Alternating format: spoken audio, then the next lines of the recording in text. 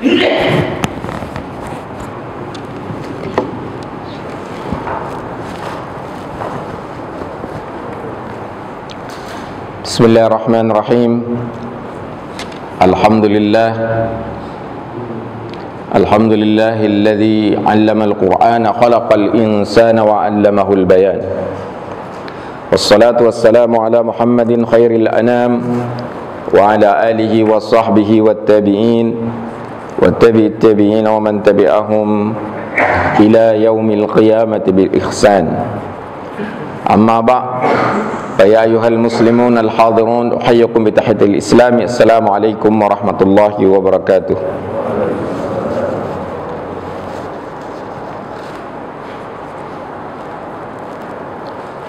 Subhanakallahumma la ilma lana illa ma 'allamtana fa'allimna ma yanfa'una wanfa'na ma 'allamtana rabbana zidna ilman warzuqna fahman ya 'alimal ghaibi was syahadah ya rahman ya rahim ya mujibas sa'ilin wa rabbi shrah li sadri wa yassir li amri wahlul 'uqdatam min lisani yafqahu qawli.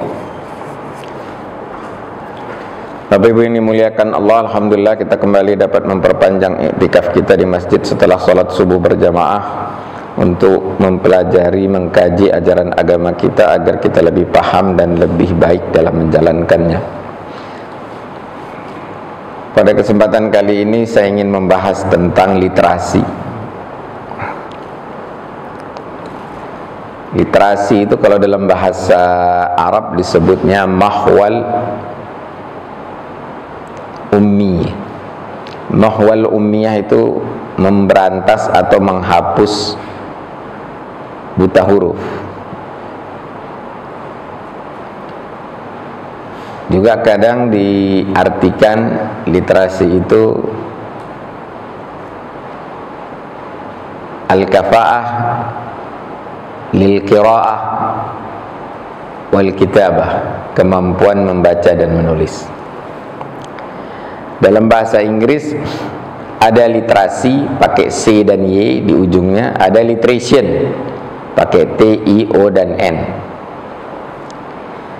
Kalau literasi yang pakai C dan Y itu maknanya adalah melek apapun, terutama memang melek bahasa, melek baca tulis, dan segala sesuatu pengetahuan yang bermanfaat buat pengembangan diri.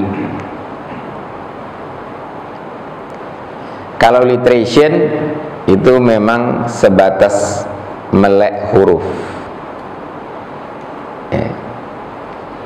Jadi ada dua makna literasi karena memang dari bahasa Inggrisnya ada literasi, ada literation. Nah, Bapak Ibu yang dimuliakan Allah, Islam adalah agama yang sangat mengutamakan literasi. Bahkan ayat yang pertama kali turun itu bunyinya Iqra, perintah membaca. Iqra bismi rabbikal ladzi khalaq, khalaqal insana min 'alaq. Iqra wa rabbukal akram alladzi 'allama bil qalam, 'allamal insana ma lam ya'lam. Itu ayat yang pertama kali turun memerintahkan membaca, padahal Nabi sendiri mengatakan ma'ana biqari, saya nggak bisa baca, kata Nabi, sampai 3 kali dibekap oleh Jibril. Lalu Nabi mengikuti apa yang dituturkan Jibril. Yang dibaca lebih dari sekedar tulisan, itu literasi. Ya. Iqra itu perintah membaca lebih dari sekedar tulisan. Membaca segala sesuatu yang diindra, membaca yang didengar, membaca kitab, bukan saja kitabah, tulisan atau menulis. Membaca yang dilihat, membaca yang diendus, membaca yang diraba. Nah, itu pangkal dari literasi sains. Ya. Sains itu adalah segala sesuatu yang diindra menjadi pengalaman yang objektif. Maksud objektif itu berlaku sama bagi semua orang. Kalau subjektif ya bagi satu orang aja. Jadi Islam adalah agama yang sangat mengutamakan literasi. Sekali lagi, ayat yang turun itu pertama sekali adalah Iqra. Kemudian dalam surat Ar-Rahman Allah berfirman, a'udzubillahi minasyaitonirrajim, Ar-Rahmanu 'allamal Qur'an, khalaqal insana wa 'allamahul bayan. Dialah yang maha pengasih, 'allamal Qur'an, yang maha pengasih itulah yang mengajarkan Al-Quran, kitab sucinya umat Islam yang diturunkan melalui Nabi Muhammad sallallahu alaihi wa alihi wasallam. Yang maha pengasih itulah yang menciptakan manusia. 'Allamal Qur'an, khalaqal insan. Kenapa Allah mendahulukan mengajarkan Al-Quran, baru Allah tegaskan khalaqal insan? Karena Al-Quran memang lebih dulu ada daripada manusia. Dan dalam tafsir Imam Qurtubi, Al-Insan di situ Adam alaihi salam. Ya. Jadi sebelum manusia diciptakan sudah ada Al-Quran. Sebelum manusia diciptakan sudah ada kitab. Apa yang dimaksud kitab? Kitab adalah segala sesuatu yang ditulis Allah tentang ciptaannya, tentang alam semesta. Makanya Allah itu disebut Rabbul Alamin. Dalam surat Al-Qalam Allah berfirman, a'udzubillahi minasyaitonirrajim, bismillahirrahmanirrahim, nun wal qalami wama yasturun. Nun, demi pena dan segala sesuatu yang ditulis. Yang pertama kali Allah ciptakan itu pena, dan pena itu menulis pengetahuan Allah dan diletakkan di Lauh Mahfuz, dan di dalamnya terkandung segala sesuatu termasuk Al-Quran dan qada dan qadar. Jadi Allah mengajarkan Al-Quran kepada makhluk ciptaannya yang bernama manusia, dan bukan saja mengajarkan Al-Quran tapi juga mengajarkan bayan. Bayan itu adalah kejelasan, penjelasan. Jadi manusia itu bisa memahami sampai ke tingkat bayan, menjelaskan. Jadi bukan saja mengajarkan membaca dan menulisnya, tapi mengajarkan bayan. Itu literasi. Literasi yang tadi pakai C dan Y. Kalau literation itu ya baca tulis saja, gitu. Tapi tidak memiliki kepahaman bayannya. Bapak Ibu yang dimuliakan Allah, kitab suci kita, nama utamanya itu Al-Quran. Al-Quran itu artinya sesuatu yang terus-menerus dibaca. Hari ini ya, semenjak Al-Quran diturunkan, itu yang membacanya sangat banyak. Kalau hari ini, maksudnya zaman saat ini, itu mungkin tidak ada detik yang tidak ada orang baca Qur'annya. Ketika kita tidur di belahan bumi lain, baca Qur'an. Ketika belahan bumi lain tidur, kita baca Qur'an. Maka disebut Qur'an yang terus-menerus dibaca, intensif bacaannya. Ya. Jadi sekali lagi, Islam itu agama literasi. Tapi, nah ini tapinya yang nggak enak nih. Kualitas literasi umat Islam termasuk yang rendah. Bahkan literasi Qur'annya rendah. Saat ini di Indonesia yang bisa baca Qur'an itu tidak seluruh kaum muslimin. Banyak anak SMA nggak bisa baca Qur'an, terutama yang dari sekolah negeri. Kalau dari sekolah swasta, kalau sekolah swastanya sekolah Islam relatif lebih bagus. Tapi itu sebatas bisa membaca, literation, tidak sampai literasi. Kenapa? Karena jarang juga dilakukan tadabbur. Untuk sampai kepada bayan itu harus tadabbur.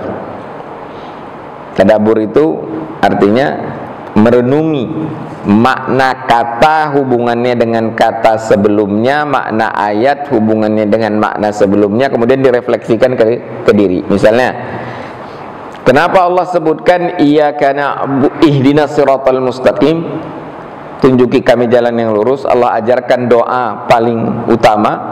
Doa pertama di dalam Al-Quran itu adalah ihdinas siratal mustaqim, tunjuki kami jalan yang lurus. Setelah iyyaka na'budu wa iyyaka nasta'in, itu artinya istiqomah itu adalah menyembah Allah semata, tauhid, dan minta tolongnya juga cuma sama Allah. Tidak menyembah Allah tapi minta tolong sama Nyi Loro Kidul, atau sebaliknya nyembah Nyi Loro Kidul, kalau udah kesulitan baru minta tolong sama Allah.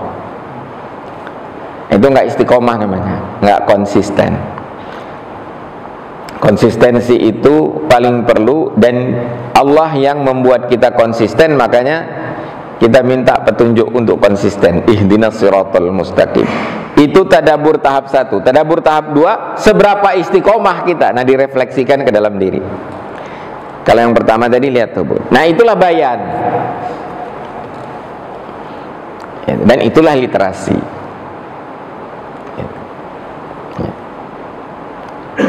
Tapi tadi kualitas literasi umat Islam, khususnya Gen Z, itu rendah. Kenapa rendah?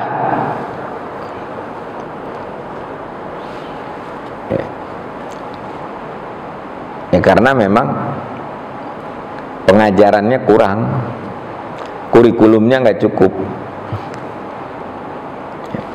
Ada 6 literasi dasar. Saat ini disebutnya 6 literasi dasar. Literasi dasar itu memang berkembang ya.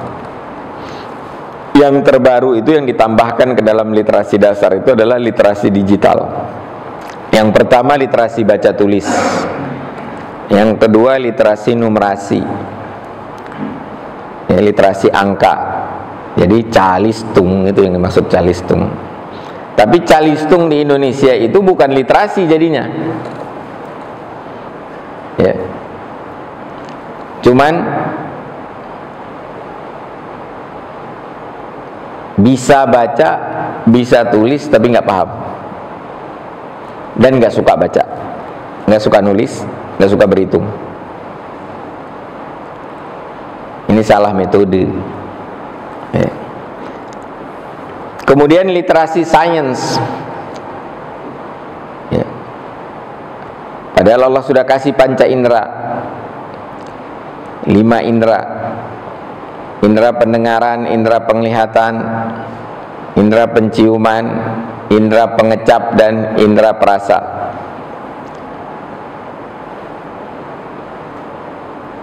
Tapi tidak dipakai untuk memahami semesta, untuk membaca semesta, sehingga literasi sainsnya pun rendah. Indera pengecapnya cuma dipakai buat makan doang. Ya. Ntar juga makan-makan. Pakai indera pengecap, tapi bukan dalam rangka literasi, dalam rangka nutrisi. Ya. Sehingga tidak tahu garam itu apa, yang tahu garam itu asin. Cuman tahu rasanya garam seperti apa, tapi nggak tahu garam itu apa, fungsinya apa. Kemudian setelah literasi sains, yang keempat literasi digital. Sebenarnya lebih tepatnya kalau menurut saya itu literasi teknologi, karena literasi digital itu bagian dari literasi teknologi. Salah satu teknologi itu teknologi digital. Nanti ada teknologi jaringan, internet. Kemudian literasi finansial. Ini juga rendah. Literasi finansial. Apa indikatornya rendah? Nggak bisa ngebedain kebutuhan sama keinginan, maka bangkrut. Sekaya apapun kalau nggak punya literasi finansial itu bukan tahu akuntansi, Pak, tapi tahu mengelola uang. Bisa mengelola uang. Syarat bisa mengelola uang itu tahu apa kebutuhan, apa keinginan. Kami mengelola sekolah namanya Sekolah Bisnis Muda. Salah satu yang kami ajarkan atau nama kurikulumnya kurikulum uang jajan. Itu bagian dari literasi finansial. Anak disuruh tulis berapa uang yang dia terima dari orang tuanya, dari keluarganya, dari siapapun. Kemudian dia tulis dia belanjakan untuk apa saja. Setelah dia tulis semua lengkap, baru ditanya, tolong bedakan checklist mana yang kebutuhan. Yang bukan kebutuhan, keinginan, tidak usah di checklist. Ada yang menceklis merokok sebagai kebutuhan. Kita tanya, lu kalau nggak ngerokok emangnya mati ya? Ya enggak lah Pak, katanya. Kalau enggak bukan kebutuhan lah. Ya Pak, tapi kalau dalam pergaulan rokok perlu, katanya. Kalau yang dibilang kebutuhan itu kalau nggak ngerokok mati, kalau nggak ngerokok lapar, kalau nggak dipakai ada sesuatu yang kurang. Nggak ada pergaulan harus merokok. Bahkan sekarang dilarang merokok di tempat umum. Artinya kalau bergaul justru jangan merokok. Ya. Pulsa itu kebutuhan apa keinginan? Ada dua, ada pulsa kebutuhan, ada pulsa keinginan. Ya. Jadi berapa kuota yang dibutuhkan untuk belajar? Itu kebutuhan. Berapa kuota ya, yang diperlukan untuk main game? Nah, itu keinginan. Nah, itu yang diajarkan. Itu namanya literasi finansial. Itu kadang-kadang butuh waktu 6 bulan buat mereka paham betul mana kebutuhan, mana keinginan. Nah, itu literasi finansial, Pak. Kenapa dia masuk literasi dasar? Karena mempengaruhi kualitas hidup, keberhasilan hidup. Karena literasi itu ya terkait sama manfaat untuk diri. Kalau nggak ada manfaatnya, ya bukan literasi, itu sia-sia namanya. Pengetahuan yang sia-sia. Nah, problem kita ini sekarang kita melimpah ruah informasi. Informasi itu melimpah ruah melalui internet. Tapi literasinya rendah. Informasinya melimpah ruah, literasinya rendah. Bukan karena nggak dibaca tapi nggak dipahami, nggak ada bayannya. Kemudian literasi budaya dan kewarganegaraan. Nah, di sini nanti termasuk literasi agama dan politik. Ya. Jadi ada 6 literasi dasar. Ya. Nah, literasi baca tulis itu bagi umat Islam harusnya termasuk literasi baca tulis Al-Quran. Bahkan literasi Quran itu sendiri bukan sekedar baca tulisnya. Pesan-pesan Al-Quran itu harus dipahami.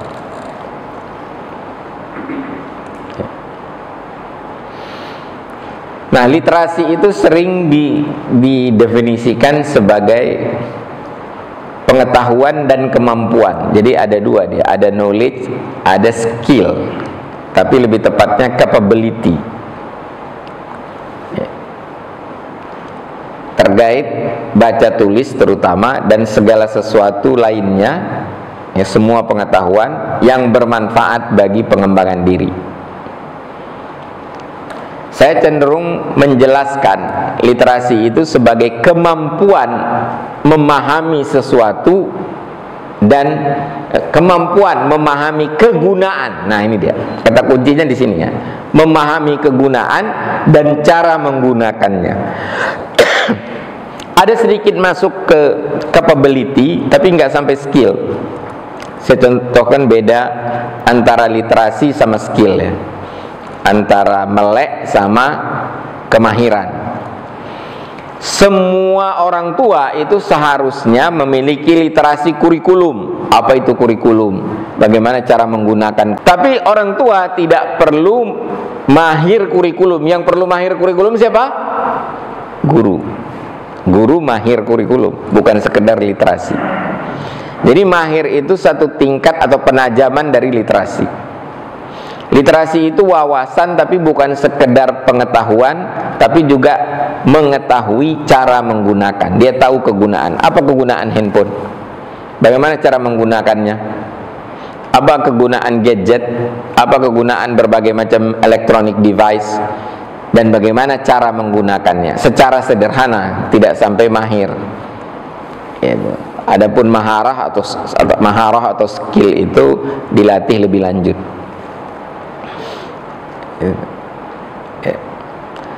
Semua kita harus memiliki literasi baca tulis, tapi tidak semua kita harus mahir dalam bahasa sampai ke tingkat tata bahasa atau linguistik. Nggak perlu.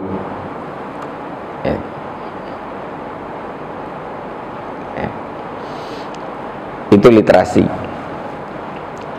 yaitu paham kegunaan sesuatu dan cara menggunakannya.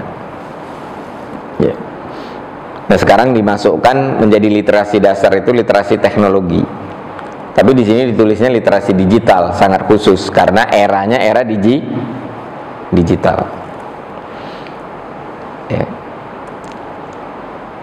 Siapa di antara Bapak Ibu yang paham machine learning? Yang paham deep learning? Yang paham cloud computing? Yang paham big data? Yang tiga-tiganya itu merupakan basis dari teknologi artificial intelligence, AI. Kenapa AI makin lama makin pinter?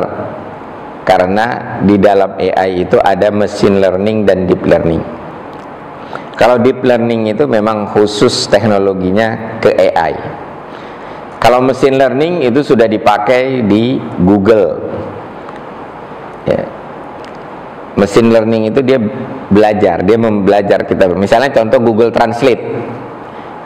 Saya pertama kali menggunakan Google Translate itu tahun 2000 atau bahkan sebelumnya kali. Dan waktu itu kalau nerjemahin itu berantakan minta ampun tuh. Makin lama makin bagus, makin akurat. Bahkan hampir 100% sekarang kalau ke dalam bahasa Indonesia dan bahasa Arab. Basis ini bahasa Inggris. Dari bahasa Inggris ke bahasa Perancis lebih akurat lagi. Kalau dulu ke bahasa Indonesia ampun-ampunan deh. Kalau sekarang, kenapa? Karena Google Translate ini belajar, dia bisa mendata, memasukkan ke dalam database-nya koreksi yang dilakukan. Machine learning juga dipakai mungkin di dalam Wikipedia.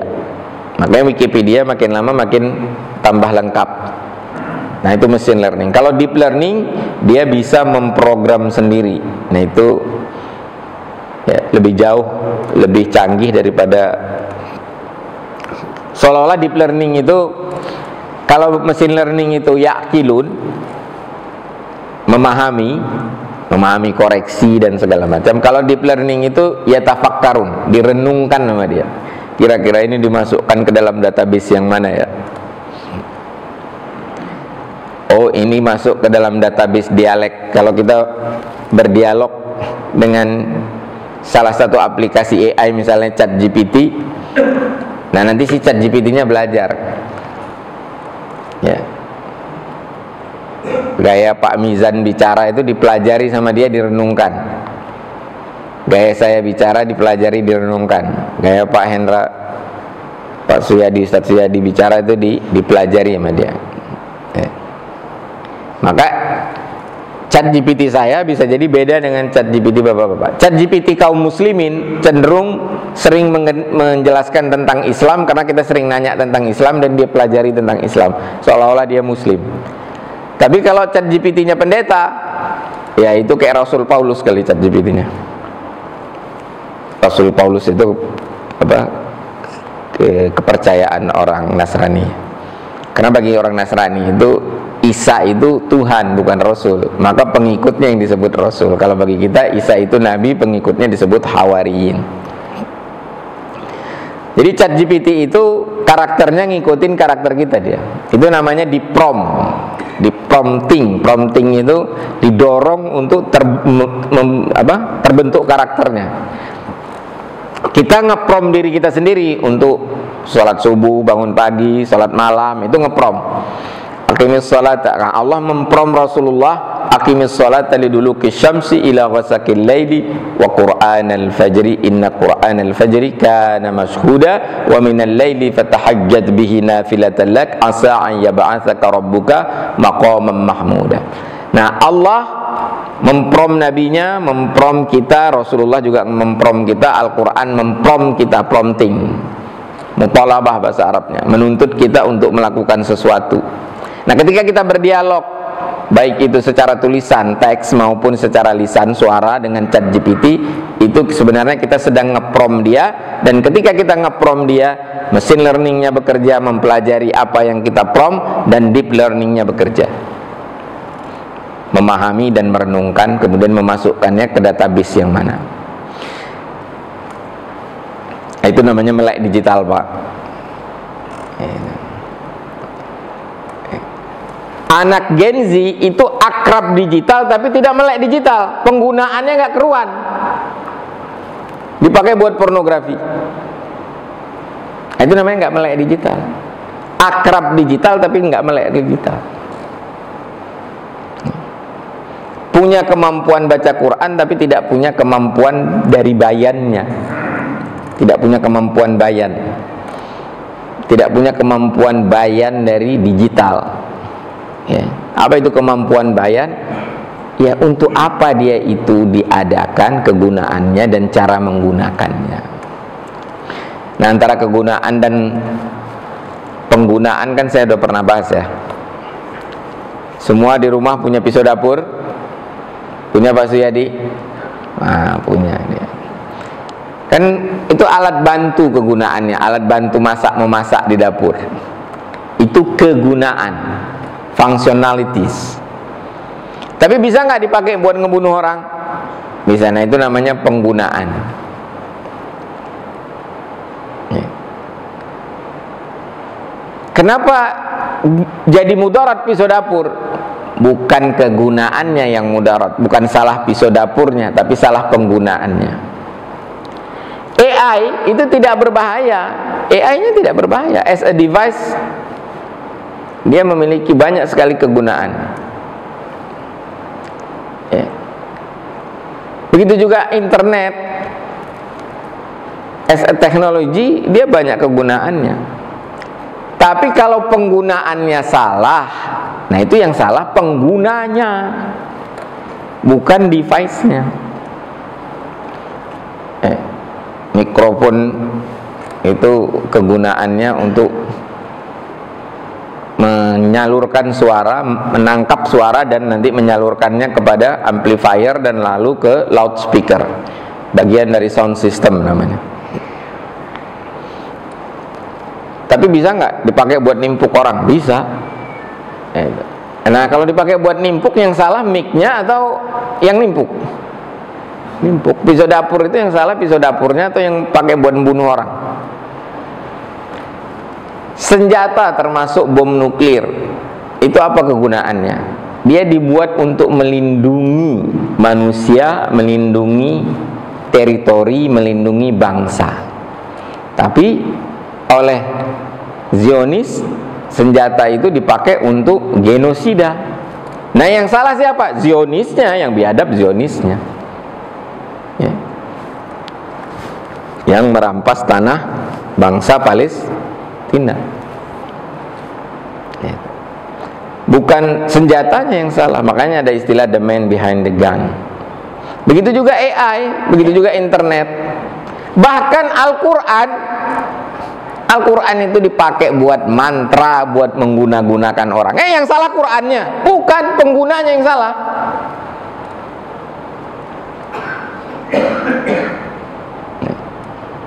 Makanya handphone nggak masuk surga, nggak masuk neraka. Yang pakai handphone yang masuk surga atau masuk neraka? tergantung cara dia menggunakannya. Nah, itu namanya literasi, Pak. Ya. Melek. Gitu. Nah, jadi ada keanehan di era digital ini, yaitu informasi melimpah ruah, tapi literasi menurun. Gitu. Kita buta digital, buta sains, bahkan buta Al-Quran itu banyak. Makanya perlu ada gerak mahwal ummiyah. Mahwal itu artinya yamhu. Yamhu itu memberantas, menghapus illiterasi. Ummiyah itu illiterasi, gitu. Tak berwawasan, terutama tidak bisa baca tulis. Rasul kan ummi. Iya, umminya Rasul tidak untuk ditiru. Yang ditiru apa? Penghargaan Rasul terhadap baca tulis. Dalam kitab Al-Bidayah wa Nihayah Ibnu Katsir, ya, dikisahkan para tawanan perang Badar itu, ya, ketika dibebaskan itu macam-macam tebusannya. Ada yang nebus sama uang, ya, dan uangnya pun sesuai kemampuan. Ada yang ditebus dengan ngajarin baca tulis. Itu artinya apa? Islam sangat menghargai literasi. Yang bisa ngajarin baca tulis dibebaskan dari tawanan perang Badar.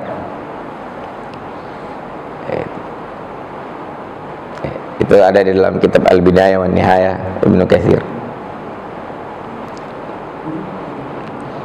Jadi bukan umminya yang harus ditiru. Umminya itu memang Allah sengaja Rasul itu ummi untuk memastikan kepada kita bahwasanya Al-Quran itu bukan karya tulis Rasul. Jadi autor dari Al-Quran itu bukan Rasulullah. Bahkan writernya juga bukan Rasulullah. Rasulullah nyuruh penulis wahyu sebagai writer aja, not author, bukan pengarangnya, penulisnya. Al-Quran tidak dikarang. Al-Quran itu firman Allah, kalamullah. Dan Rasul yang menyampaikannya ummiyun. Jadi nggak bisa dituduh, oh ini saduran dari Taurat, dari Injil, dari Bible. Ya, nggak ada bibliografi Al-Quran itu, nggak ada bibliografinya, artinya daftar pustaka dari mana dia. Kalau manusia bikin karya tulis kan ada bibliografi itu. Tidak ada, karena yang menyampaikannya ummiyun, nggak bisa baca tulis, tapi menghargai baca tulis. Dan pesannya tentang literasi. Iqra bismi rabbikal ladzi khalaq, khalaqal insana min 'alaq, iqra wa rabbukal akramul ladzi 'allama bil qalam, 'allamal insana ma lam ya'lam. Di dalam surat Al-Alaq itu perintah Iqra itu dilanjutkan dengan Iqra bismi rabbikal ladzi khalaq.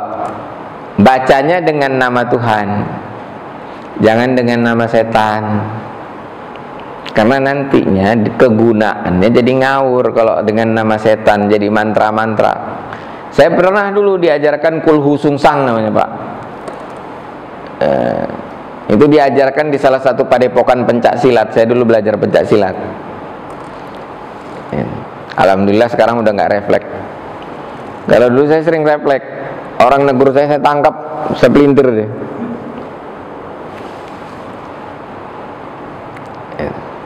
Nah, diajarin kulhu sungsang, bacanya terbalik. Dimulai dari walam yakul lahu kufuwan ahad, lam yalid walam yulad, Allahus samad, qul huwallahu ahad. Terus disuruh berdoa kepada Batara Guru. Nah, itu Al-Qur'an yang salah atau yang makainya yang salah? Nah, itu ada salah satu padepokan pencak silat tuh ngajarin begitu, Pak. Padahal pencak silatnya itu dulu diajarkan oleh Fatahillah untuk berjihad melawan Portugis. Ada 13 jurusnya. Jurus yang terakhir itu yang berbahaya, membutakan mata. Jadi kalau ada orang nonjok atau nusuk ke arah kita, kita ambil. Kalau dia tarik lagi, balik ke mata, matanya kena, buta. Nah, itu literasi bela diri, Pak.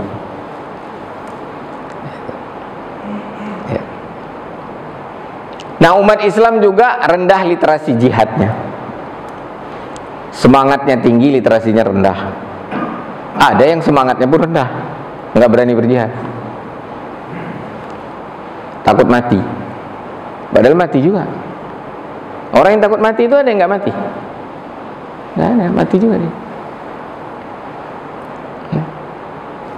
Kalau dulu takut mati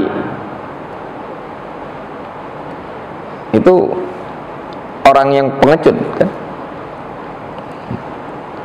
Nah, ada orang berani mati tapi nggak melek jihad, makanya dia lakukan bom bunuh diri asal-asalan.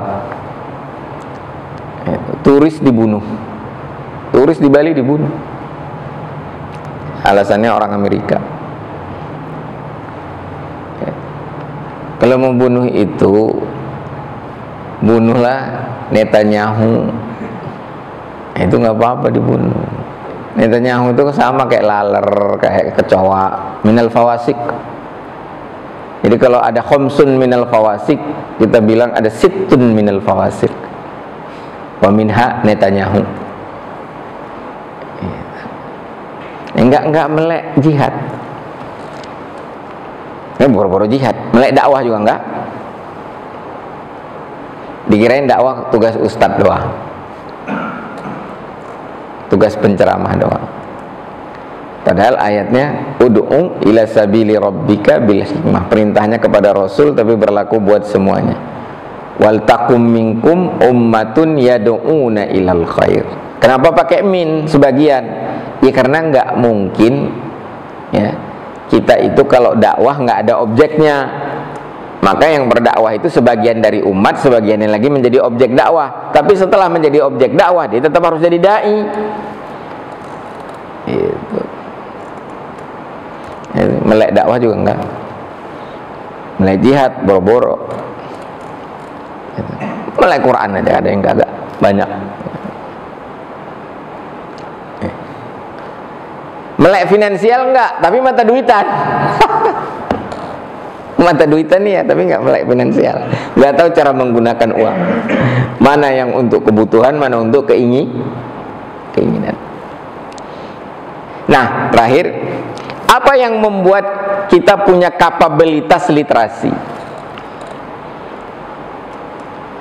Adalah kemampuan mengobservasi, afala tubsirun, kemampuan mencermati, melihat dan mendengar. Ya. Jangan sampai kayak binatang itu nggak punya peradaban, karena nggak, literasi itu basis peradaban. Maka dia masuk ke dalam bagian yang menjadi fokus pendidikan, karena pendidikan tujuannya peradaban, arahnya kepada peradaban, dan peradaban itu basisnya literasi, melek, pertama melek baca tulis. Dan Nabi yang pertama sekali mengajarkan baca tulis diriwayatkan adalah Nabi Idris. Dari situlah kata darosa, yadrusu, madrasah, Idris, dars.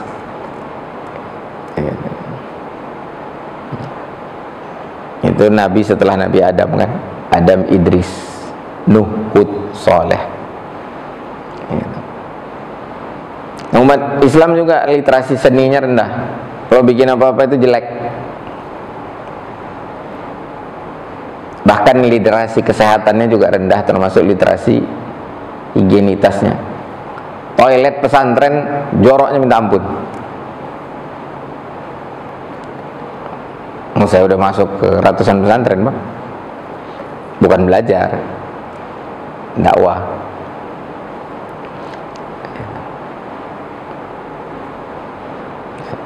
Pesantren dan madrasah dan sekolah-sekolah Islam, jorok minta ampun. Sampai ada yang kita kebelet sakit perut, begitu nyampe batal sakit perutnya, saking jorok.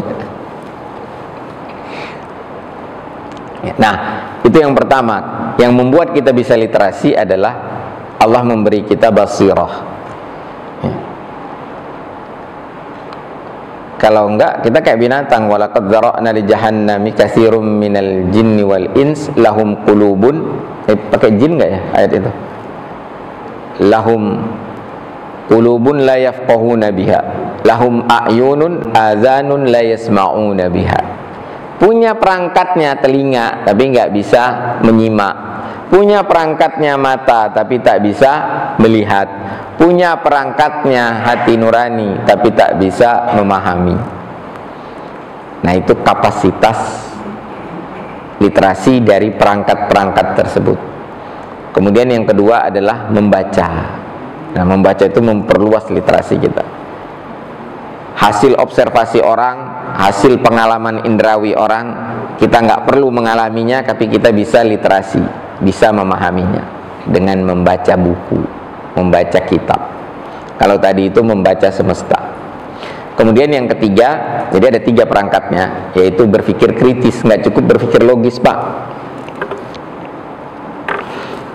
Contoh beda berpikir logis dan berpikir kritis. Baru-baru ini ada peristiwa, saya baca di media, Pak Prabowo, presiden kita sekarang, itu memerintahkan, mengarahkan Menteri Tenaga Kerja Pak Yasirli untuk meningkatkan lapangan kerja. Dalam hati orang-orang yang mendengar itu kalau berpikir logis ya bagus lah. Wah, bagus sekali ini. Mengatasi pengangguran dengan meningkatkan lapangan kerja. Kemudian oleh Pak Menterinya direspon dengan memprogram menghidupkan revitalisasi BLK sehingga nanti akan tercetak 1 juta tenaga kerja terampil. Nah, itu secara logis ini bagus, ini perintah Pak Presiden ini bagus. Dia peduli dengan pengangguran, dia peduli dengan lapangan kerja. Tapi kalau berpikir kritis nggak berhenti di situ, Pak. Nah, berpikirnya lebih tajam. Apa benar tugas Menteri Tenaga Kerja itu membuat lapangan kerja? Apa itu portofolio Menteri Tenaga Kerja? Itu portofolionya Menteri Investasi, Menteri Perindustrian, dan Menteri Perdagangan. Regulasi mereka yang mempengaruhi lapangan kerja. Kalau investasi sulit, nggak ada pengusaha, nggak ada lapangan kerja, nggak ada yang menanam modal. Ya, kalau berpikir logis itu tadi, oh bagus presiden kita. Kalau berpikir kritis, lah Prabowo jenderal kagak ngerti portofolio menterinya sendiri.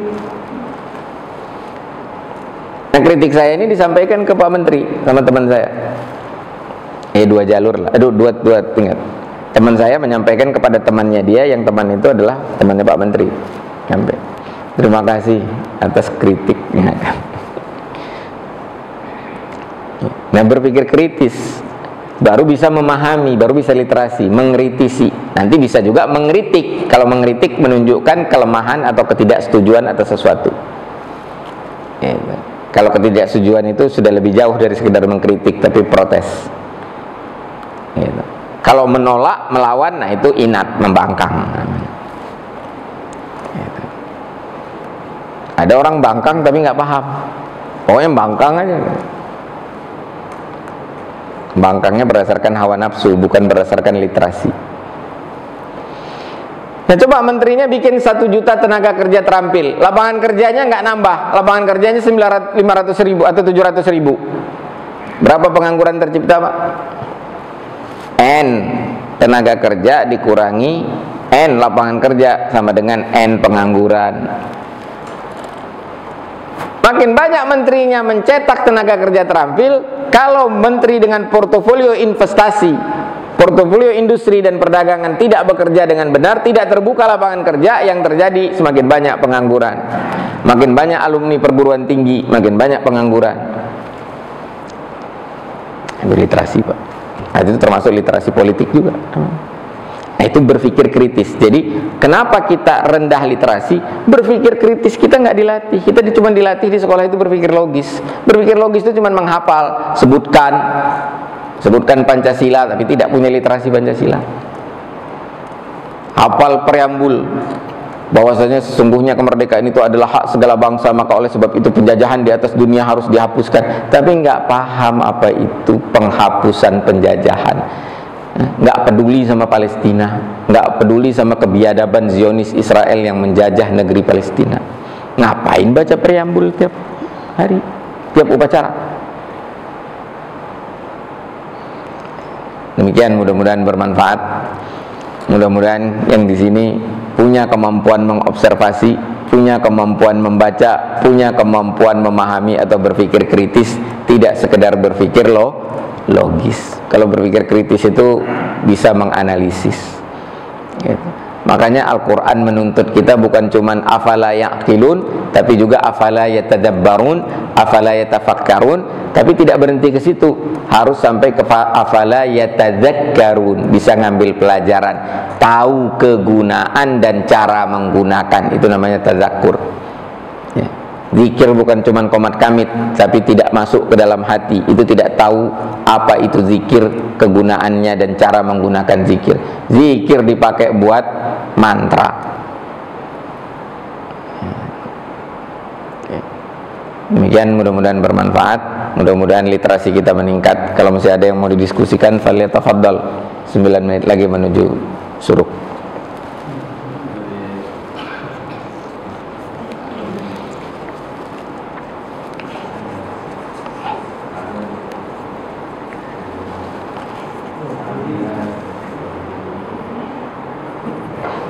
Fikih itu literasi hukum, tapi cara kita belajar fikih merusak ukhuwah. Belajar fikih bidah-bidahin orang. Kenapa bisa dibukanya? Iya. Jadi masalah silat tadi itu termasuk literasi juga soalnya. Nggak dengar. Masalah silat tadi. Oh, silat. Saya tertarik karena ada yang pernah membahas masalah jihad itu, jadi memang dibutuhkan paling enggak kita self defense aja lah, nggak usah sampai menyerang. Sementara sekarang misalnya untuk self defense aja banyak yang takut juga, karena emang dia nggak punya kemampuan itu bela diri yang dasar aja gitu. Yang paling bagus bela diri itu orang Tionghoa. Hampir semua anak Tionghoa itu belajar kungfu, kung tao, Shaolin.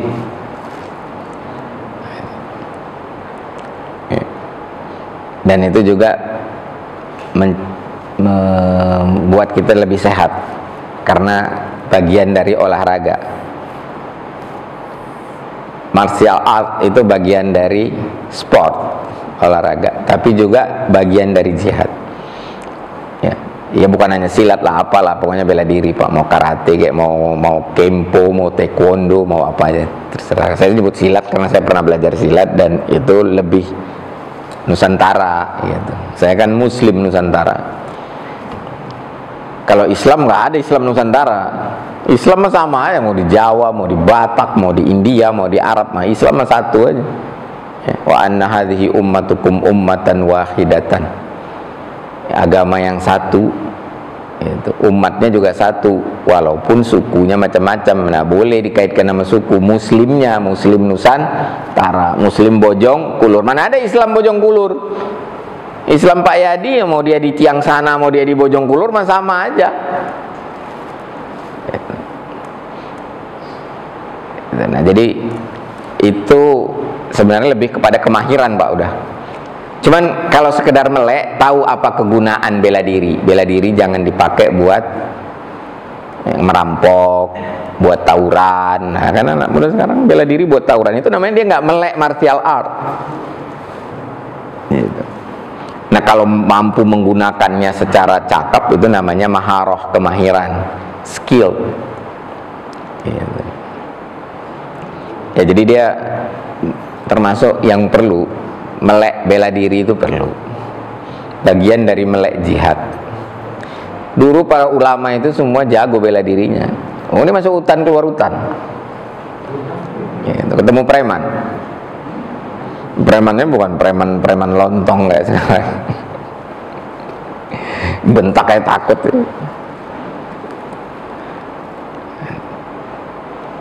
Premannya bawa golok. Ini silakan Pak. Assalamualaikum warahmatullahi wabarakatuh. Waalaikumsalam warahmatullahi. Di Polsek bilang kementerian tenaga kerja pincaman tenaga terampil, sedangkan departemen yang terkait itu gimana ngasih masukannya? melalui jalur apa kan? Buka. Ya. Demikian betul. Sekarang ada media sosial, Pak. Upload aja ke Facebook, ke Twitter, ke Instagram. Kalau TikTok saya nggak terlalu nyaranin. TikTok itu rendah ininya.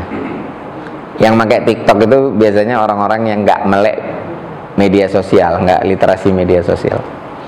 Apalagi kalau viralkan, sebarkan, nah itu udah berarti nggak. Ya. Kalau Bapak kenal sama menterinya ngomong aja langsung, cuman ya baik-baik lah. Makanya kan saya selalu mengingatkan, sebenci apapun dengan Pak Jokowi, panggil Pak Jokowi, hormati. Jangan Jokodot apa segala macam. Nggak beradab itu. Pak Prabowo, menurut saya Anda keliru. Mudah-mudahan ini didengar sama Pak Prabowo. Menyarankan atau mengarahkan Menteri Tenaga Kerja menciptakan lapangan kerja. Itu portofolionya Menteri Investasi, Perindustrian dan Perdagangan. Kenapa Seritek bangkrut? Karena Menteri Perdagangan membuka keran impor tekstil dari Cina melimpah ruah, dan harganya lebih murah, mungkin pakai dumping. Kalahlah produksi dalam negeri. Bangkrut dia ngajuin pilot. Terus menterinya bilang, kita usahakan supaya tidak ada PHK. Perusahaannya bangkrut pasti PHK lah. Yang perlu dilakukan itu gimana supaya hak-hak orang yang di PHK itu terpenuhi 100%, kalau perlu lebih. Nah, tugas menteri itu mencarikan lapangan kerja buat mereka, bukan menciptakan lapangan kerja. Nggak bisa dia menciptakan lapangan kerja, bukan portofolio menteri Kementerian Tenaga Kerja. Kecuali Kementerian Tenaga Kerja itu plus kayak dulu transmigrasi. Dia transmigrasi, tapi kan belum tentu semua orang bisa jadi petani, Pak. Transmigrasi itu kan cocoknya buat petani. Gitu. Transmigrasi udah ada dari zaman Belanda itu. Kenapa ada orang Jawa, Puja Kusuma di Sumatera itu? Transmigrasi itu buat tanam tembakau Delhi. Ya, media sosial aja Pak pakai. Mudah-mudahan didengar.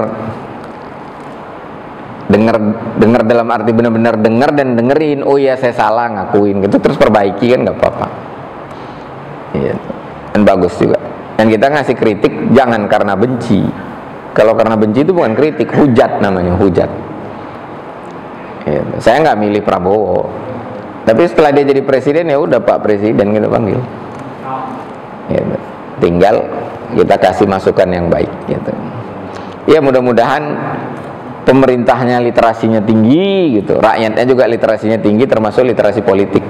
Kalau literasi politik kita rendah, kita minimal salah pilih mulu, Mak. Yang parah itu milih yang salah.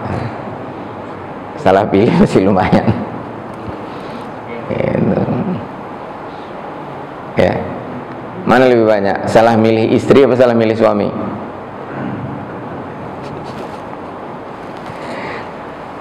Salah milih istri, dikoreksi nikah lagi. Itu bukan koreksi, namanya nafsu, Pak. Ya, demikian, mudah-mudahan bermanfaat. Al-haqqu min rabbik fala takunanna minal mumtarin. Kebenaran dari Allah, jangan ragu-ragu atas kebenaran. Nanti kalau masih ada yang mau didiskusikan sambil makan-makan juga bisa. Al-haqqu min rabbik fala takunanna minal mumtarin. Sekali lagi, kebenaran dari Allah, jangan ragu-ragu atas kebenaran. Apa-apa yang kami sampaikan tentu tidak terlepas dari kesalahan dan khilafan kami sebagai manusia. Untuk itu walafu minkum wastaghfirullah li walakum wallahu al-muwaffiq ila aqwamit thariq. Wassalamualaikum warahmatullahi wabarakatuh.